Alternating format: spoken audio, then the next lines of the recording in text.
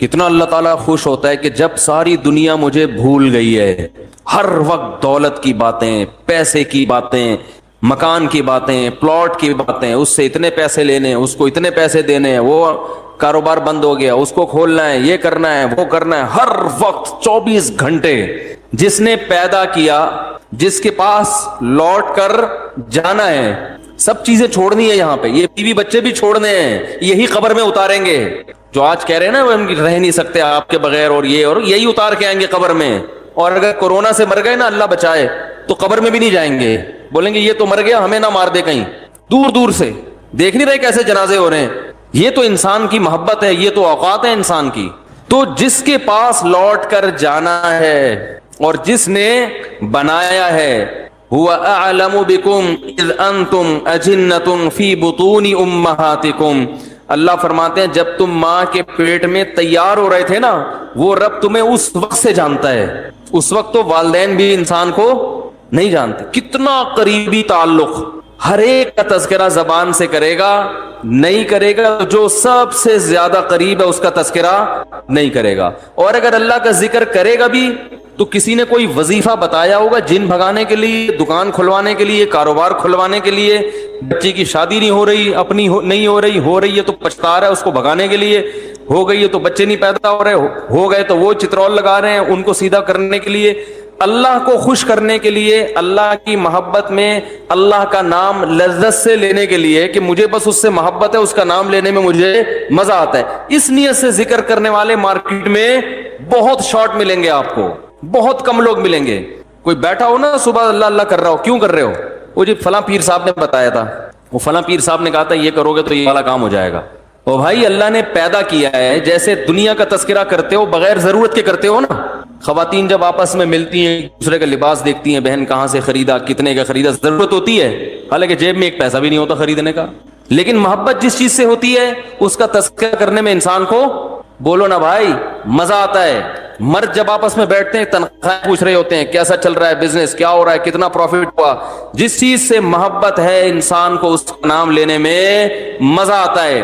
یہ مزہ اللہ کا نام لینے میں بھی پیدا کر لیا جائے اپنے دل میں تو وہی کیفیت ہوگی کہ دم رکا سمجھو اگر دم بھر بھی یہ ساغر رکا. میرا دور زندگی ہے جو یہ جو دور جام ہے. حضرت فرمایا کرتے تھے، ہمارے حضرت جب بیان کرتے نا اور اللہ کی محبت میں کبھی کوئی شعر سنا دیا تو پورا موضوع ان کا چینج ہو جاتا تھا. جیسے میں شادیوں پہ آتا ہوں نا اگر، تو پورا موضوع میرا کیا ہو جاتا ہے، ارے جہنم کی بات چل رہی ہو، وہاں کی ہولناکیاں چل رہی ہوں، سانپ بچھو، اور کسی نے شادی کی بات کر لی تو ہمارا پورا ٹاپک چینج ہو جاتا ہے نا. تو ہمارے حضرت کا جب بیان ہوتا تھا کہیں سے اللہ کی محبت کا کوئی تذکرہ آ گیا، اللہ کی نعمتوں کا، پورا بیان چینج.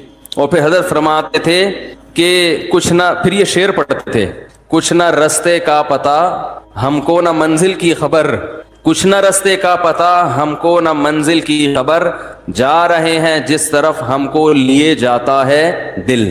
یعنی ہمیں نہیں پتا اب ہم نے کہاں جانا ہے، اب تو ہمیں دل لے کے جدھر جا رہے ہیں ہم وہاں چل رہے ہیں، دل گھسیٹ رہے ہیں.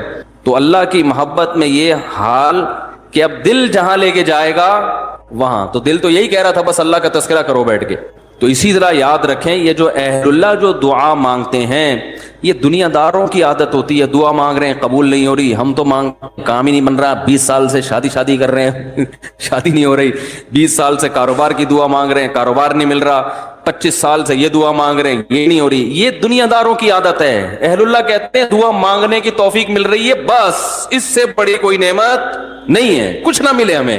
حضرت عمر رضی اللہ تعالیٰ عنہ کا قول ہے نا کہ مجھے اس سے غرض نہیں ہے کہ میری دعائیں قبول ہو رہی ہیں کہ نہیں ہو رہی، مجھے اس کی فکر ہوتی ہے کہ دعا مانگنے کی توفیق مل رہی ہے کہ نہیں مل رہی. اگر اللہ اپنے سامنے ہاتھ اٹھا کر دعا مانگنے کی توفیق دے رہا ہے، کہ اتنی بڑی نعمت ہے کہ اس نعمت کے بعد مزید ہمیں کچھ نہیں چاہیے. بھائی اللہ توفیق دے میرے سامنے ہاتھ اٹھا کے مانگو، تو یہ ہر ایک کو تھوڑی ملتی ہے توفیق. آج دنیا میں دعائیں مانگنے والے سب سے کم ہیں، سب سے کم. ایک تو مانگتے نہیں، اوپر سے مانگتے ہیں تو ایسے بد دلی کے ساتھ کہ وہ دل ہی نہیں لگ رہا ہوتا ان کا.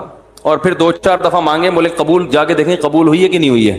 رزق مانگے کہ اللہ مجھے اس کے حلال کشاد عطا فرما، اس کے بعد بٹوا نکال کے چیک کر رہے ہوں یار کچھ بھی نہیں آیا، ویسے کہ ویسے ہی ہیں. کاروبار لاک ڈاؤن کی وجہ سے ٹھپ ہوا ہے، بزنس کا بیڑا غرق ہوا ہے، تو بھائی جو اہل اللہ ہیں وہ کہتے ہیں دیکھو جتنا تعلق دعا کے وقت انسان کا اللہ کے ساتھ ہوتا ہے نا، اتنا کسی اور چیز میں نہیں ہوتا. براہ راست اللہ سے اپنی زبان میں مانگ رہا ہے. بھائی ذکر میں تو کم از کم اتنا ہوتا ہے کہ ترجمہ نہیں آتا تو پتہ ہی نہیں ہوتا کیا پڑھ رہا ہوں میں، لیکن جب دعا مانگ رہا ہوتا ہے تو براہ راست اللہ سے تعلق، یہ تو بہت گہرا تعلق ہے. تو دعاؤں میں جان ختم، دعاؤں میں لذت، بولو نا بھائی، ختم. جب اللہ سے تعلق ہی کمزور پڑتا چلا جائے گا تو بھائی پھر جو اللہ کو خوش کرنے کے لیے جو اعمال اللہ نے بتائے وہ کہاں سے پورے ہوں گے؟ وہ تو ہو ہی نہیں سکتے پورے. تو اس لیے ذکر اللہ کو ہلکا نہیں سمجھنا چاہیے. میں وہ ترجمہ بتا رہا تھا کہ چوتھے کلمے کا لا الہ الا اللہ، کوئی عبادت کے لائق نہیں سوائے اس اللہ کے. لہ الملک، اسی کے لیے بادشاہی ہے. وَلَهُ الْحَمْدُ، تعریف صرف اسی کے لیے. یہ جو کہتے ہیں فلاں بھی اچھا، فلاں پیسہ اچھا، فلاں کی گاڑی اچھی، فلاں کی بلڈنگ اچھی، فلاں کا پلاٹ اچھا، بحریہ ٹاؤن کا مکان اچھا، اسلام آباد کی رہائش اچھی، تو لہ الحمد، اے اللہ تعریف کے قابل صرف کون ہے؟ تو. باقی سب مٹی، فنا ہونے والی چیزیں. او بھائی بحریہ ٹاؤن کا جو مالک ہے کل وہ بھی قبر میں اترے گا. ہم اور آپ کس کھیت کی مولی ہیں؟ 2-4 بنگلے بن گئے بحریہ ٹاؤن میں، 8-10 پلاٹ ہو گئے، وہ آدمی تمیز سے بات کرنا ہی چھوڑ دیتا ہے. بات میں بتا رہا ہوں، بحریہ ٹاؤن میں رشتہ لینے بھیجے گا، بحریہ ٹاؤن میں پلاٹ، تو رشتہ لینے بھیجنے کی پھر ضرورت نیٹ پہ ڈال دے، ٹھیک ہے نا؟ ایسا ہی ہے نا، رشتے خود آئیں گے، دھکے دے دے کے آئیں گے. ہٹو بھائی. آپ کے لیے وہ جو لوگ مجھے کہہ رہے تھے رشتہ تلاش کر رہے ہیں مل نہیں رہا، میں کہہ رہا ہوں تمہاری جیب میں کچھ ہے ہی نہیں تو رشتہ کہاں ملے گا؟ کہہ رہے ہیں استخارہ بھی نکال لیا پھر بھی نہیں مل رہا. استخارہ نہیں نکالو، پیسے نکالو، پیسے نکالو گے تو رشتہ ملے گا. اور اگر پیسے نہیں ہیں تو پیغام بھیجو، صبر کرو، اگر کوئی قبول کرے ٹھیک ہے، نہیں کرے تو صبر کرو. دنیا مسافر خانہ ہے بھائی. 4 شادیاں کرنی ہیں، لیکن جو جس چیز کی چاہت ہے ضروری تھوڑی کہ وہ پوری بھی ہو جائیں. کوشش کرنے کا میں مشورہ دیتا ہوں. شادی ہو بھی جائے گی اس کی کوئی گارنٹی نہیں ہے، اور ہو کے نبھا بھی پائیں گے اس کی بھی کوئی گارنٹی نہیں ہے. اب لیلۃ القدر میں شادی پھر شروع ہو گئی، تو مسائل یہی چل رہے ہیں نا. تو اللہ نے اللہ کا کیا فرمایا کہ لہ الملک ولہ الحمد، اے اللہ تیرے لیے ہی بادشاہی اور اسی کے لیے حمد. یحیی و یمیت، اتنا زبردست قدرت والا کہ جس کو چاہتا ہے زندگی دیتا ہے اور جس کو چاہتا ہے مار دیتا ہے. حیات بھی ہماری مرضی سے نہیں، پانی میں انسان بنا کے ماں کے پیٹ سے باہر نکال دیتا ہے. یہ زندگی ہے، ہم اپنی مرضی سے بنے ہیں.